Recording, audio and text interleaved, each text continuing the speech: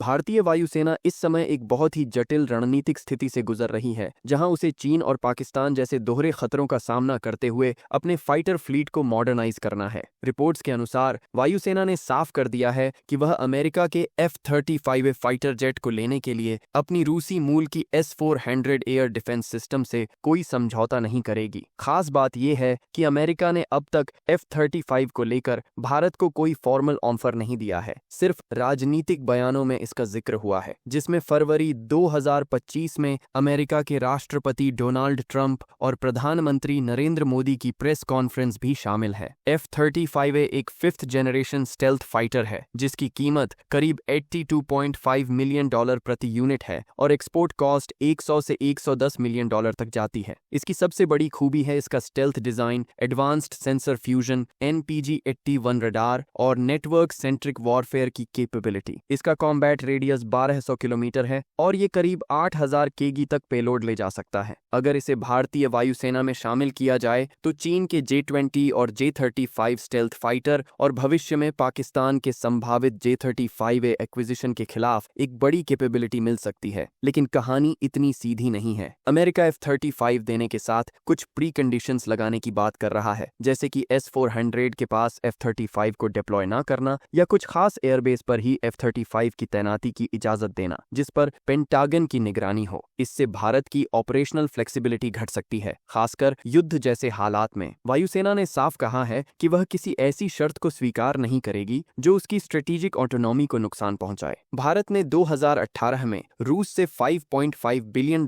में 5 S-400 Triumph air defence system खरीदे थे। ये सिस्टम 400 किलोमीटर तक की दूरी पर फाइटर जेट्स, ड्रोन और यहां तक कि स्टेल्थ एयरक्राफ्ट को भी डिटेक्ट और एंगेज कर सकते हैं। इनमें से 3 रेजिमेंट की डिलीवरी 2024 तक पूरी हो चुकी है और 2026 तक आनी बाकी है। अमेरिका को डर है कि S-400 की रडार सिस्टम F-35 जैसे स्टेल्थ एयरक्राफ्ट की लो ऑब्जर्वेबिलिटी को ट्रैक कर सकती है, जिससे रूस को इसके बारे में सेंसिटिव डेटा मिल सकता है। यही कारण था कि 2019 में अमेरिका ने तुर्की को F-35 प्रोग्राम से बाहर कर दिया था जब उसने S-400 खरीदा। इसके अलावा भी कई ऑपरेशनल कंसर्न है। अगर F-35 को शामिल किया जाए तो इसके लिए पूरे सिस्टम को अपडेट करना होगा, जिससे लागत और मेंटेनेंस काफी बढ़ जाएगी। पेंटागन की रिपोर्ट के मुताबिक F-35 की एवरेज रिपेयर टाइम 141 दिन है। मतलब ये कि जब जरूरत होगी तब भी शायद वो जेट उड़ने के लिए रेडी ना हो। भारत की मेक इन इंडिया पॉलिसी भी F-35 एक्विजिशन के रास्ते में एक बड़ी अड़चन है, क्योंकि America foreign military sales framework के तहत सिर्फ off the shelf deal offer करता है, जिसमें ना तो टेक्नोलॉजी ट्रांसफर होता है और ना ही लोकल मैन्युफैक्चरिंग। इसके उलट रूस ने भारत को Su-50 फाइटर जेट को प्रोड्यूस करने का ऑफर दिया है, जिसमें फुल सोर्स कोड देने की बात है। इससे भारत को न सिर्फ एक 5th जनरेशन फाइटर मिलेगा, बल्कि अपने AMCA प्रोजेक्ट को भी तेजी मिलेगी। हालांकि Su-57 की स्टेल्थ कैपेबिलिटी F-35 जितनी इफेक्टिव नहीं मानी जाती। इसका रडार क्रॉस सेक्शन लगभग 0.1 से 1 मीटर स्क्वायर है। साथ ही F-35 का कॉम्बैट एक्सपीरियंस भी ज्यादा है। लेकिन जियोपॉलिटिक्स में सिर्फ कैपेबिलिटी ही सब कुछ नहीं होती। भारत रूस के साथ दशकों से डिफेंस में गहराई से जुड़ा हुआ है और उसकी 60% से ज्यादा मिलिट्री हार्डवेयर रूस से आती है। ऐसे में F-35 लेने से रूस के साथ रिश्तों पर असर पड़ सकता है।